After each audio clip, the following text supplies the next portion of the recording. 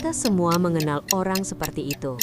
Orang yang tampak memiliki disiplin baja, yang bangun pagi, berolahraga, dan menyelesaikan semua tugasnya tanpa celah. Dan di dalam hati kita seringkali berpikir, saya tidak akan pernah bisa seperti itu. Tapi, bagaimana jika saya katakan, mereka tidak lebih baik dari Anda? Mereka tidak memiliki kekuatan tekad yang lebih besar. Mereka hanya mengetahui sebuah rahasia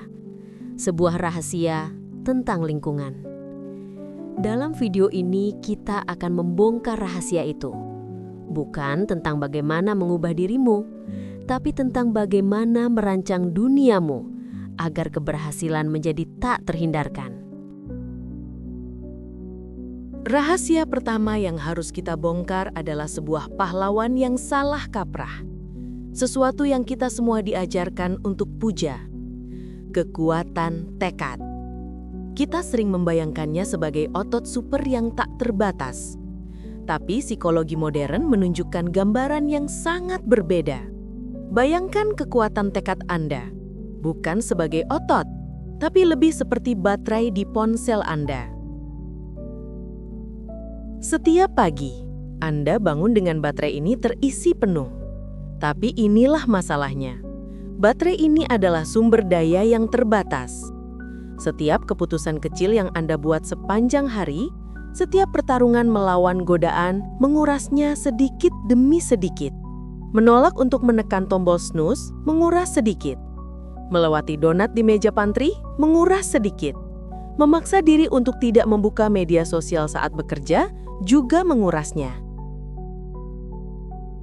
Mengandalkan kekuatan tekad semata adalah seperti berperang melawan diri sendiri setiap hari.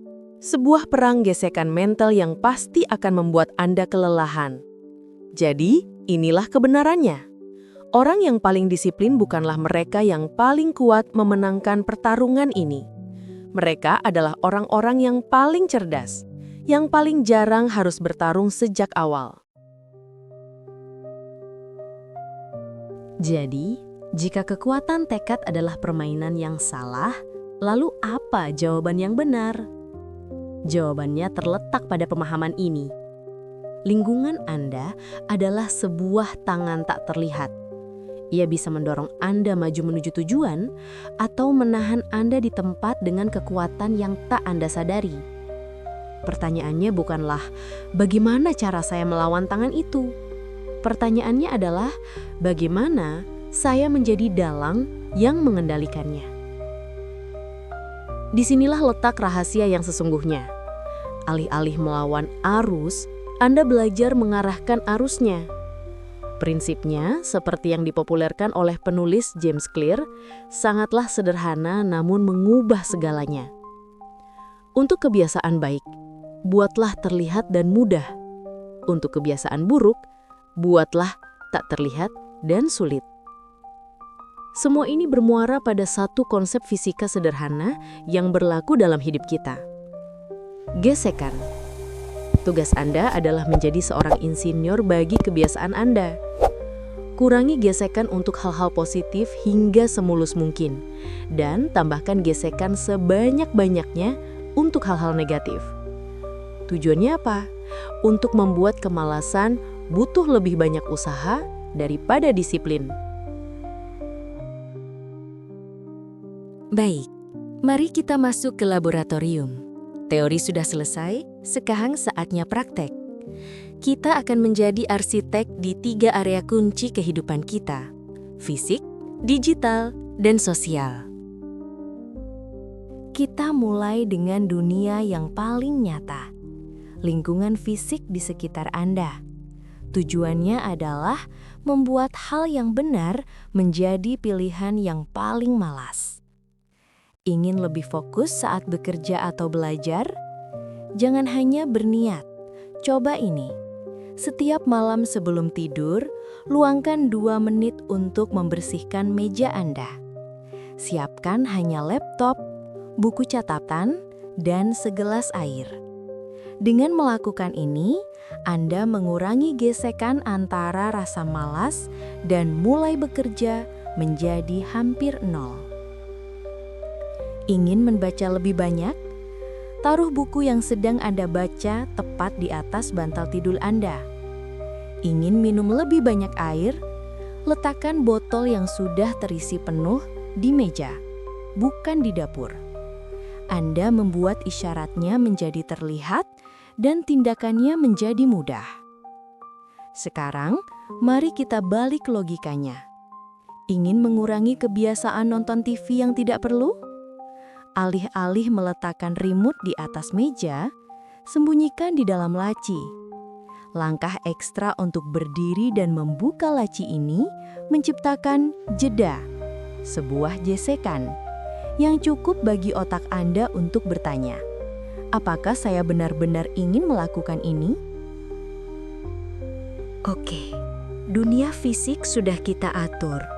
Sekarang, medan pertempuran modern yang menguras energi kita setiap hari. Lingkungan digital Anda. Lihatlah home screen ponsel Anda sekarang. Apakah itu gerbang menuju produktivitas atau ladang ranjau distraksi? Sederhanakan secara radikal. Sisakan hanya aplikasi utilitas, telepon, pesan, kalender. Pindahkan semua aplikasi media sosial dan game ke halaman kedua atau ketiga, idealnya di dalam sebuah folder. Untuk level selanjutnya, tambah gesekan lebih banyak lagi. Pertama, matikan semua notifikasi yang tidak esensial. Kedua, coba gunakan grayscale mode atau mode hitam putih. Ini akan mencuri dopamin yang diberikan oleh warna-warni ikon, membuat ponsel Anda menjadi alat yang membosankan, bukan mainan yang menarik. Dan satu trik psikologis terakhir, biasakan untuk log out dari akun media sosial setelah selesai digunakan. Keharusan untuk mengetik ulang username dan password setiap kali ingin masuk adalah bentuk gesekan yang sangat efektif untuk menghentikan kebiasaan membuka aplikasi tanpa berpikir. Terakhir, lingkungan yang sering kita lupakan namun paling berpengaruh, lingkungan sosial Anda. Karena disiplin dan motivasi itu menular. Untuk mempermudah kebiasaan baik, cara termudahnya adalah dengan mengelilingi diri Anda dengan orang-orang yang sudah menganggap kebiasaan itu normal. Ingin rutin berolahraga? Bergabunglah dengan kelas gym atau komunitas lari. Energi dan standar mereka akan menarik Anda maju secara alami. Dan untuk menambah gesekan agar Anda tidak mudah menyerah, gunakan kekuatan akuntabilitas. Ini adalah desain sosial yang paling sederhana. Beritahu seorang teman, minggu ini targetku adalah menyelesaikan bab pertama buku ini. Tolong tanyakan perkembangannya di hari Jumat. Anda lebih mungkin melakukan sesuatu jika Anda tahu seseorang akan memeriksanya. Jadi, inilah rahasia terbesarnya. Produktivitas dan disiplin sejati bukanlah tentang memenangkan pertarungan epik melawan diri sendiri setiap hari. Itu adalah sebuah permainan yang melelahkan. Ini tentang melakukan sesuatu yang jauh lebih cerdas. Merancang sebuah permainan di mana kemenangan adalah hasil yang paling mungkin, hasil yang paling alami. Anda tidak perlu menjadi orang yang berbeda untuk mendapatkan hasil yang berbeda. Anda tidak perlu lebih banyak motivasi atau lebih banyak kekuatan tekad.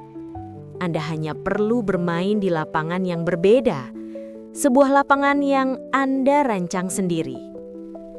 Anda adalah arsitek dari realitas Anda, bukan dengan sihir, tapi dengan desain yang cerdas.